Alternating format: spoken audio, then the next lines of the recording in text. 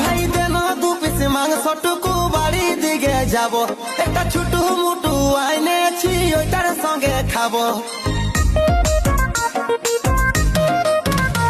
ভাই দেন দু পিস মাংসটুকু বাড়ি দিকে যাব, একটা ছোট মুটু আইনেছি ওইটার সঙ্গে খাবো। এখন কন্দে গেছে বাবুর মা, এখন কন্দে গেছে বাবুর মাই, চলে আলে খাবার বহতর নাই পাবো। এখন কন্দে গেছে বাবুর মাই, চলে আলে খাবার বহতর নাই পাবো।